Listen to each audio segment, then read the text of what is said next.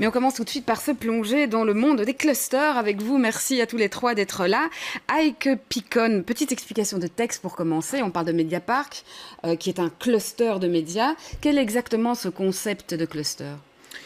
Le concept de cluster est un concept économique, macroéconomique, qui propose qu'en mettant certaines industries avec un focus spécifique ensemble, que ça génère des avantages du point de vue économique, du point de vue de données qu'on peut partager, d'innovations qui peuvent être distribuées autour de tous les partenaires dans ce cluster. Et disons qu'un cluster médiatique est donc une illustration d'un cluster économique dans les médias.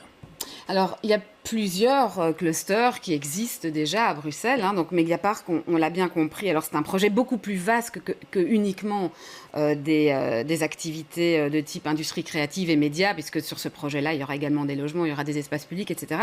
Mais sa particularité, c'est quand même de réunir un certain nombre d'acteurs médiatiques et qui est une première de ce type-là à Bruxelles, avec Picon, de cette ampleur. Oui, de cette ampleur, au sens que c'est un projet très grand et très spécifique, un projet urbain très spécifique pour le développement des clusters médias. Disons que Bruxelles a déjà investi par exemple dans Screen Brussels, qui est l'idée d'un cluster plutôt au niveau de communauté de pratique, qui regroupe aussi d'un point de vue, disons, virtuel, les organisations des médias dans un network.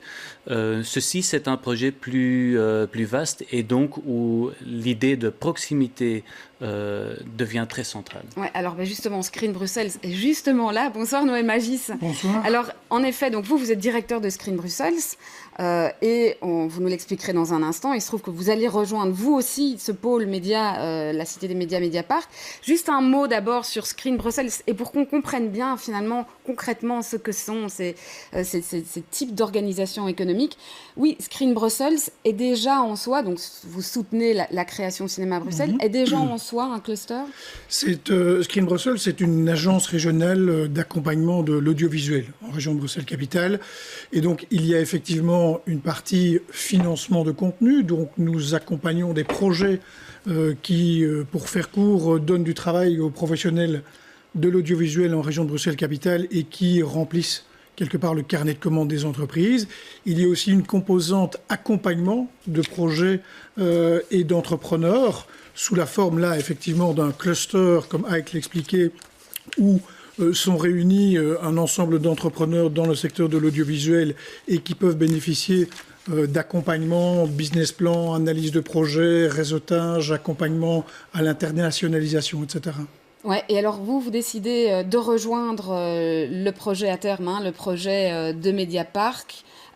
Pourquoi ? Qu'est-ce que vous attendez, vous, d'un projet comme celui-là ? Qu'est-ce que ça peut vous apporter ? Alors effectivement, le projet Mediapark est fondamental en termes de stratégie pour l'audiovisuel en région de Bruxelles-Capitale.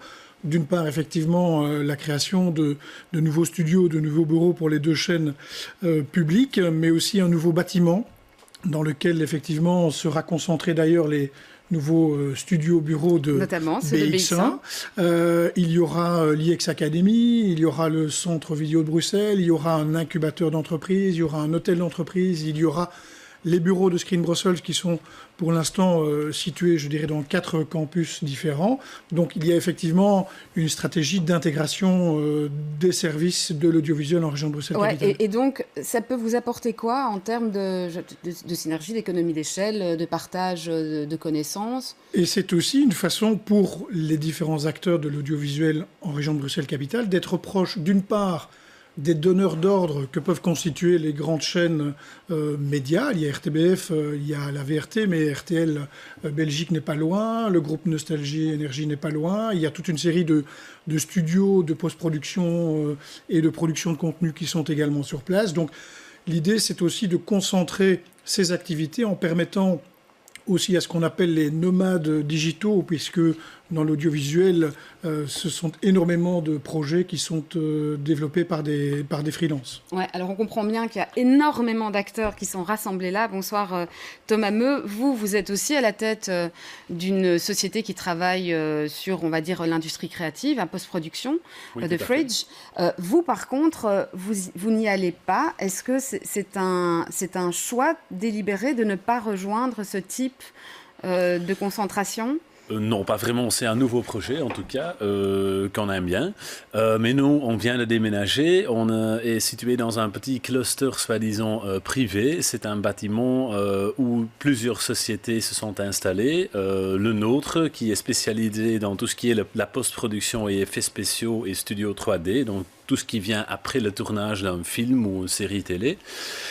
Et on est situé dans un bâtiment avec une société qui fait tout ce qui est le son. Donc on est très complémentaires. Ouais, donc pour nous, c'est très bien d'être là et aussi, comme Noël disait, de partager un réseau. Ouais, mais et aussi ça vous fait pas peur de voir émerger ce projet qui est gigantesque?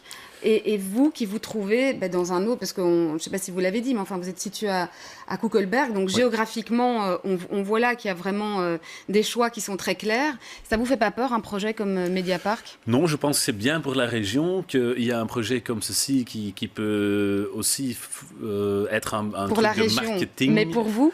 Oui, pour nous aussi, parce que je pense que ça peut attirer des projets, avoir vraiment un truc de marketing pour la région, et on voit qu'un projet attire un autre.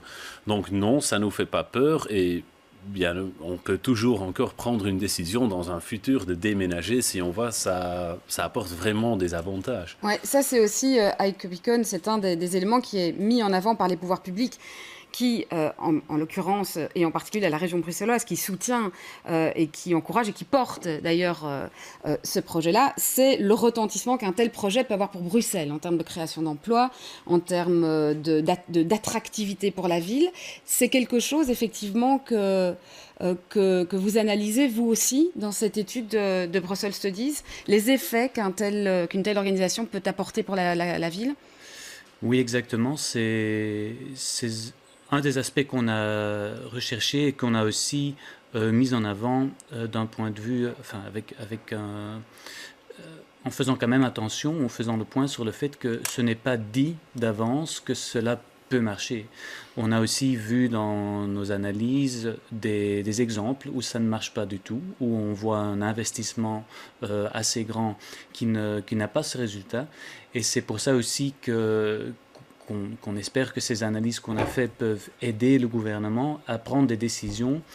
Par exemple, concrètement, ici, Frame, par exemple, devra aussi faire en sorte d'avoir une programmation, d'avoir des connexions avec les gouvernements aussi régionaux, avec les ministres qui sont aussi dotés des pouvoirs culturels, pour faire en sorte qu'il y a aussi cette vision plus intégrée de ce qu'on peut faire à Bruxelles. Ouais, mais donc pour bien comprendre, aussi ce que vous dites, c'est que finalement, cette communauté d'intérêt, ce partage d'expérience, etc., qu'on peut imaginer effectivement assez naturellement dans ce type de concentration, le risque, c'est que ça ne prend pas forcément.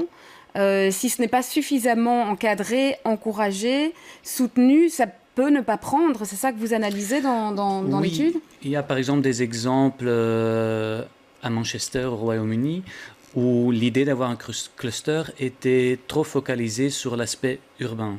Donc un projet de développement urbain, des bâtiments, et on va mettre tout le monde là-dedans et on va voir ce qui se passe.